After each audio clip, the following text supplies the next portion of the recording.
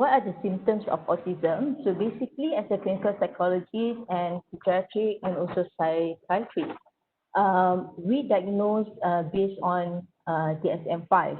Okay, so if the child have to meet the difficulties in two areas or two aspects of their life, which is the social communication part, restricted and also restricted repetitive behavior or interest. So as I said before, these symptoms can be identified from early childhood.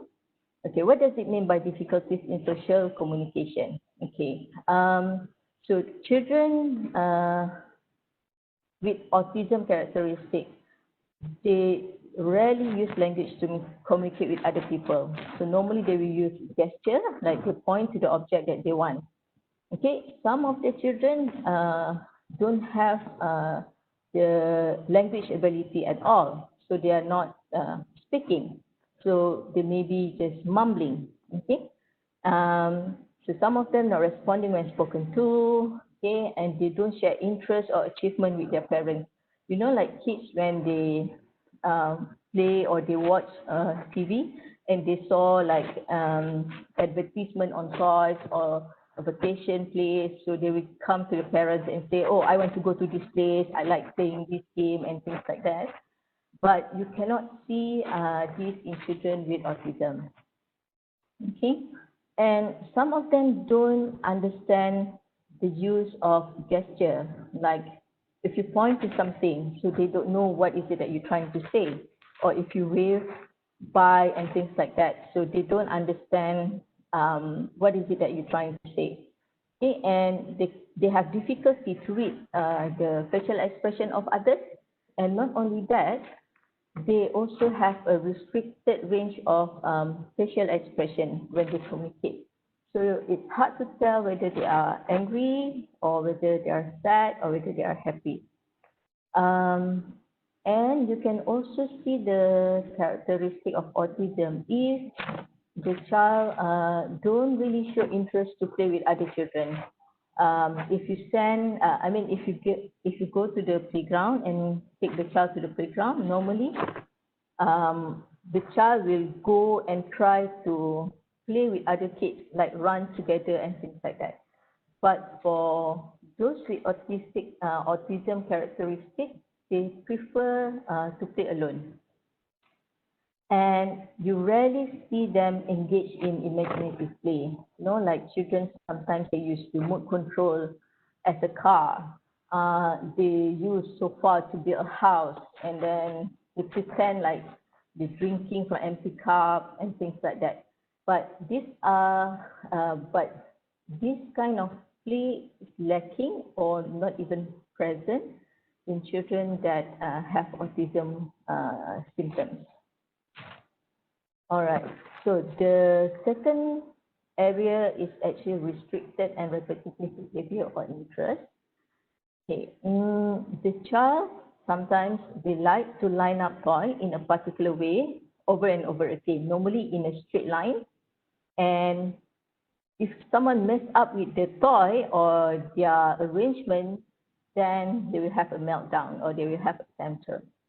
Okay, and some children, they like to speak in a repetitive way, or we call this echolalia.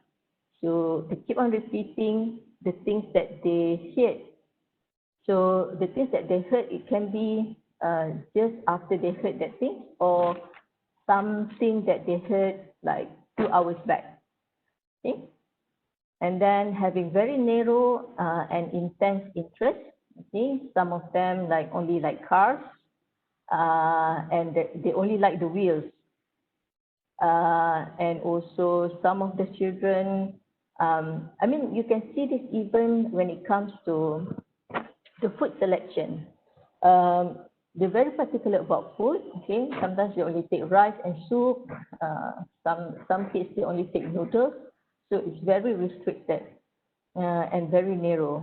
Okay, needing things to always happen in the same way. Because rigidity is also one of the sign and symptoms for children with autism. Like when, for example, okay, if you want to go to KLCC from your house, okay, you cannot make a stop anywhere because it's actually a disruption of to the child. It's already a disruption of what it's supposed to be.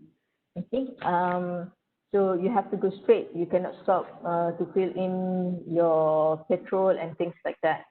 Okay, having trouble with changing from one activity to another.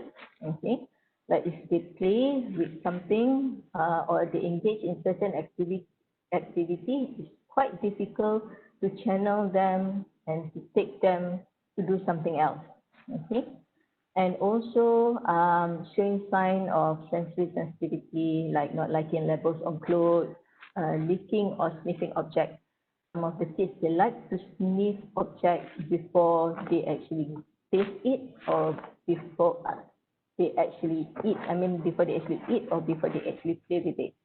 Okay, but not all autistic child presented with all these symptoms.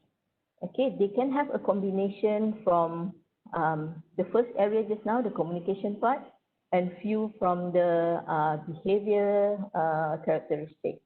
So a combination of these symptoms, then only you can say that this child is actually having symptoms of autism. And also it depends on the level of severity for each of the symptoms. Then only we can say whether the child is actually have mild autism, moderate autism, or severe autistic. So the severity ranking can also be divided into these 3 levels. Okay, the first one, level 1, is children who need support. So basically, this is referring to mild autism. And then you have level 2 with substantial support. So this is actually moderate autism. And also level 3, this is quite a severe autistic symptoms. A lot of behavior issue also occur because of the communication issue. You know, when you cannot communicate what you want or how you feel, so it can lead to a lot of frustration, which can lead to behavioral issue as well.